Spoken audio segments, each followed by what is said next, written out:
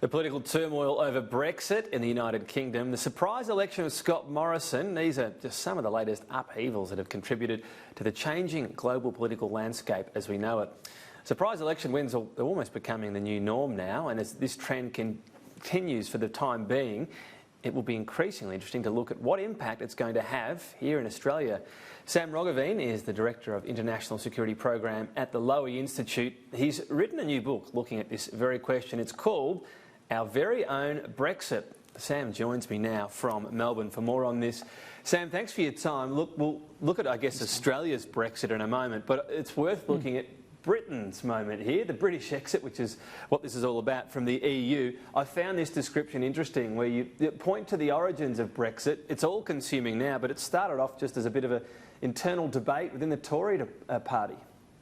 Right, and I think that's the fundamental key insight that we need to keep in mind for Australia's circumstances, and we can get onto that.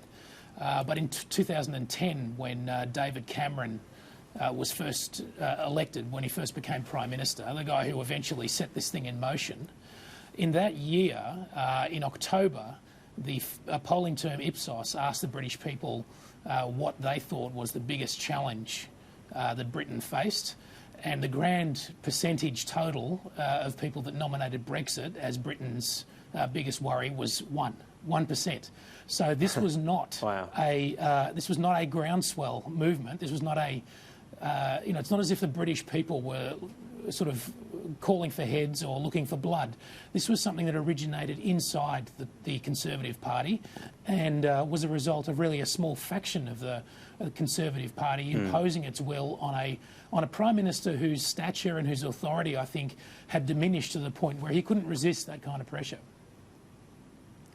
It's incredible to think from that the impact it's having, the fissures as well almost in the UK over this very issue. And whatever happens in December, this is going to be massive. Yes, maybe Brexit. If not, if somehow there's a Corbyn victory, well, some would say perhaps even bigger changes in the UK. Yeah, indeed. So this is potentially the biggest change, the biggest shock to Britain's relationship to the world since the Suez Crisis. And it all originated inside the Conservative Party. The reason that's important is because I think the alternative explanation for what's going on, not just in Britain with Brexit, but some of the kind of electoral convulsions that you alluded to in your introduction. For instance, in Germany, we've got a new populist party is now, the alternative for Deutschland is now AfD, the official opposition party in Germany. We've got populists doing well in everywhere from Sweden to Austria to Spain to Italy and Greece. So huge electoral convulsions in Europe. And there's one popular theory out there, which is that this has all been driven from the ground up, that there's some kind of change in people's values in Europe, that they're becoming more right-wing, maybe a little bit more xenophobic. My argument in the book is that that's probably overstated. In fact, the evidence for that is pretty weak. What's really happening here is that the old big parties, like the Conservative Party in the UK, but also Labor, that they are getting weaker. And it's when those parties get weak, they become more vulnerable and they become more liable to destabilisation campaigns, both internal and from minor parties. And Australia is not at all exempt from that. In fact, it's clear from the last election that our two major parties are getting weaker as well. And yet, when you look at our system and what's happening so far in Australia, at least, Sam, you've got major parties losing primary vote and shedding membership as well. I mean, they'd love to have the membership of the Collingwood Football Club, but the voting system still has them very much in charge in Australia, at least so far. It feels like we're a long way from that upheaval. Do you disagree? Yeah, I agree that it feels that way, but what I've tried to do with this book is to suggest that the conventional way, it seems to me the day-to-day commentary we get on Australian politics tends to treat our politics really as if Australia is sui generis, as if we can't be compared to anywhere else on Earth. What I've tried to do is reverse, I guess, the normal perspective of the Lowy Institute, which is to look from Australia out to the world, and instead I'm looking out at the world and seeing what it tells you about Australia.